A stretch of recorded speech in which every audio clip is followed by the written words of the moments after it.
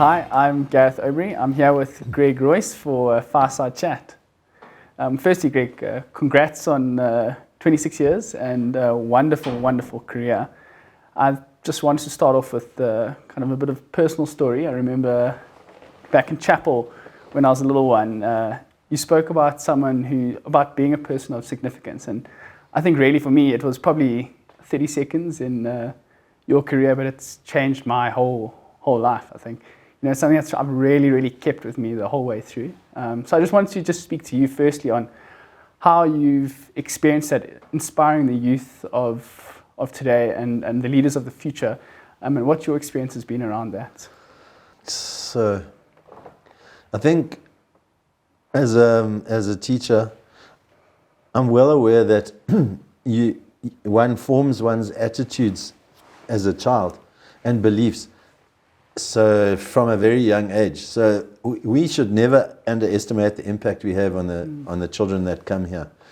And then, so we say what we want to say and what we know what we should say, and we try and act in the right way, but we don't really know what the effect's going to be because it doesn't show until afterwards. Yeah. So it's just wonderful to hear what you've just said. It's very humbling, and my experience, or my value of it, comes when I see what happens to the old boys when they become adults, and that is very incredibly heartwarming. So sometimes I get to hear by word of mouth, quite often, and then another great joy is when the old boys bring their children back here. Oh, sure, yeah. And they have an expectation. They know what they got here. They know, more importantly, they know what they felt here, and they want their children to feel the same. That is so humbling, and it's a massive burden. You think, I can't drop this ball. Yeah, this is too precious. Yeah. I think that's incredibly important, and like you said, I think it can't be overstated enough about how important those developmental years are for later life. And I know I can draw a direct link with where I am today, straight to St. Peter's, and what the school and everyone at the school did for me, and how that set me up. But just speaking about like people bringing their own children back, how have you stayed relevant, in this fast-paced, ever-changing world? Because what was maybe relevant to me when I was here might not be what the same is today. So how have you found that in your career? Oh, that's a great topic. So I think the values are timeless, the values that the school had. And that's what attracted me to the school. I know other schools, everybody's got values that they ascribe to. So when you ask the business gurus, they say you should only pick a few values. You mustn't have too many values, and then you must live them. So we said to ourselves, but that's crazy. We are growing human beings. How can you say you must be honest, but you don't have to have integrity? Yeah. So we said, no, that's absolute bull, you know what. So we're going to have all the values. So we started to research it, and then we found the incredible work of Martin Seligman, professor of psychology at University of Pennsylvania. And he's the founder of positive psychology, which is a massive movement. You're a doctor, you probably know about it. And we found what he did was he researched values in every good institution. So he looked at the Bible, at the Torah, at the Quran, the Boy Scouts, the Girl Guides. He looked at all the Disney films, Pocahontas and that, to see what great values there are, what are considered to be the great values, virtues, if you like. He came up with, if I'm not mistaken, 106. But they can all be linked back to 6 main values, and that's what we've chosen. It's not no different from what happened in the past, in the earlier days here, but we've identified them, and that's where they are. So there's current research, how do we remain topical, but the values stay the same. Okay, and then how do we remain topical and relevant?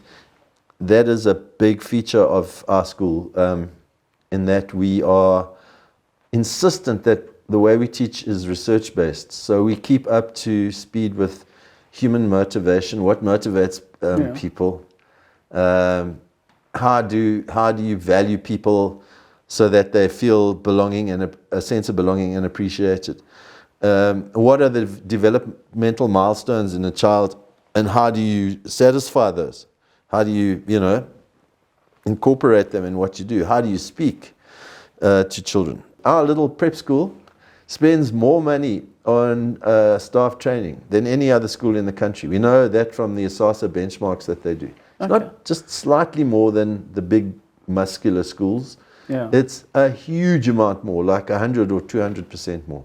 That we live and breathe. What's the point of teaching without doing it scientifically and properly? You want the maximum impact. You owe it to these little guys. Yeah. And I think I'm a big believer in my personal experience, evidence-based medicine, and like, and that's how we practice, and that's the game we play, because there's absolutely no point in doing something unless you've got the research and to back it up, and it's so wonderful to hear that, coming back to the school and actually like seeing how it's actually being implemented, because I think when you are at the school, that's something that you are experiencing. Little 11-year-olds aren't going to be thinking about the psychology and what goes behind, like goes into bringing up these young boys and girls. And I think it's incredibly inspiring to come and actually hear this for the first time about how much the school places an emphasis on that and what you guys are doing behind the scenes to ensure that continues and carries on into the future. And from the sounds of it, from my experience, that you've led that charge for a number of years. So thank you, and I look forward to hopefully one day bringing my kids here and making sure that awesome. Making sure that they have the same experience. And that's, I think, the whole, it goes full circle. I think it's fantastic that you guys have still kept like the ethos of the school. Even with the girls' school coming in, because that actually came in when I was a boy here, was when the girls' school actually opened. I was very thankful it opened the year it did, because it meant my sister couldn't come. So I didn't have to have another Obery on campus to compete with. I already had my mother. True. So it was great, and it's just incredible to come back here and just to see how the place has developed and how so much has changed. But like you go back to, it's the values and the core of the school haven't changed. Yeah. So that's been wonderful. So. What are your best memories of the school? People or incidents, or does anything jump? Yeah, I think it's tough to pin down. I think some of my best memories were not the big things; it's the small things. It was the break time soccer games that were. Yes, they were ferocious at times. Still happening. Yeah. It's those old those green cross or those black school shoes or whatever. Those were the goalposts, and then off we set. And I think that was incredible. I think for me it was just being out and just playing with my peers. I think those were some of my best memories. But yeah. That's what makes school. You've got to give time for oaks to be with their mates. Yeah. Can't all be learning. If you're not happy, you're not going to learn. Yeah, and it's incredible. Like the people that I was at school with now, I still see them, still know them. And it's fantastic to see how well they've done. As well. Just coming out of St. Peter's and having such a good black base and a good grounding. But it's my years here, I think were phenomenal, and I really, really enjoyed it. I think it was. Such a positive experience in my life. And I look back and I'm just incredibly thankful and incredibly grateful to the school for all they did for me and where I am today, So I think, I think looking back, it's just incredibly positive. Yeah, it's a special place, this. It's just, I've never encountered anything quite like it. Yeah. And I think the school's going to miss you a lot. And how are you feeling about moving on? I'm excited. I'm very sad to be leaving here, but I wouldn't like to carry on as rector. I think it's really time for somebody else. By the way, we've always had a policy here of, as far as possible, promoting from within to reduce anxiety and churn. Okay. So what you've got to do then is you've got to be careful. You're still getting fresh ideas that you don't, doesn't become moribund. So we appoint from outside, lower down, and train people up. Okay. Because we're very different from other schools. Teachers that come from other schools struggle with the way we insist on self-discipline rather than petty rules for boys. I think you remember that. Yeah. Yeah. So that's how we work. Some people can't handle it. In